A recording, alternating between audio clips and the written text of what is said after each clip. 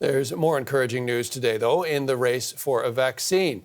Researchers in Britain have released the latest results from a trial that they're conducting, and it's particularly promising when it comes to older people. Dominic Velitis is watching the story for us from Bristol, England. So, Dom, this research, we've heard about it before, the University of Oxford and the drug company AstraZeneca, but walk us through these findings.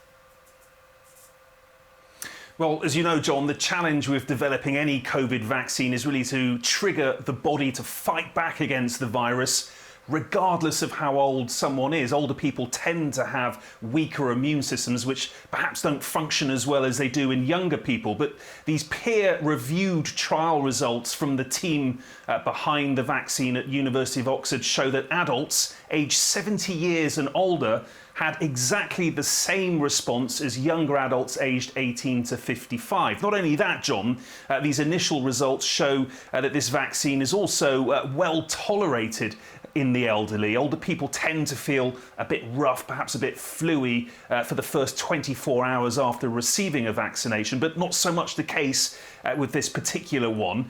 And that's good news, John, because if it is well tolerated, it will help with rollout, it will help convince more people to take it. In addition, those behind the Oxford vaccine believe it won't need to be stored at very low temperatures like some of the other vaccines that are currently in development, meaning it could and should be able to be delivered to anywhere in the world. So some very positive news from the University of Oxford in England this morning, John, but still a lot of work needs to be done.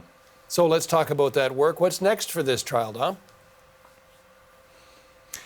Well, this particular vaccine from the University of Oxford isn't quite at the same stage as the Pfizer and Moderna vaccines, with one of those suggesting more than 90% of the over 65s could be protected from getting COVID-19.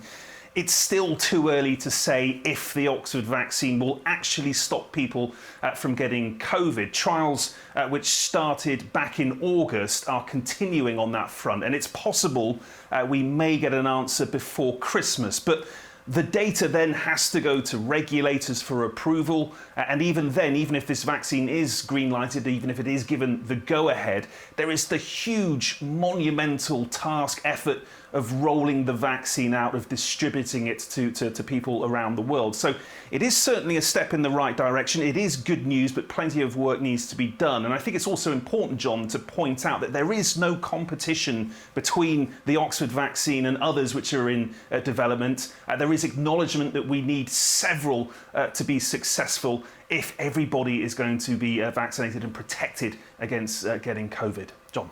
Thanks for this, Dominic. The CBC's Dominic Velitis in Bristol, England.